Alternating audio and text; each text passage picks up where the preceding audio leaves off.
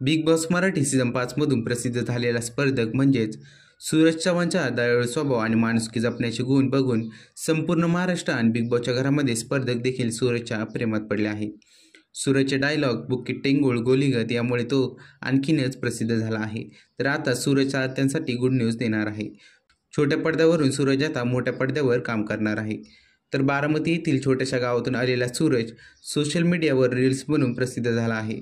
त्याच प्रसिद्धीच्या जोरावर तो आता बिग बॉसच्या घरामध्ये काम करत आहे।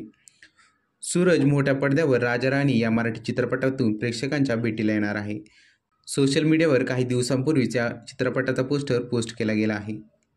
या चित्रपटामध्ये सत्य घटनेवर आधारित प्रेमकथा आपल्याला पाहायला भेटणार आहे। या चित्रपटामध्ये सूरज चव्हाण हा मुख्य भूमिकेत असल्याचे आपल्याला बघायला भेटणार आहे। तर आणखी मुख्य भूमिकेमध्ये रोहन पाटील, वैष्णव शिंदे हे कलाकार असणार आहेत।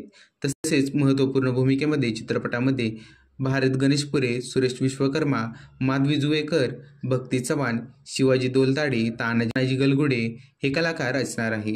सोना फिल्म क्रिएशन प्रस्तुत हा चित्रपट असणार आहे। राजा राणी या चित्रपटाची कथा, पटकथा, संवाद, गीतलेखन व निर्मिती गोलवर्धन दोलताडे यांनी केली आहे।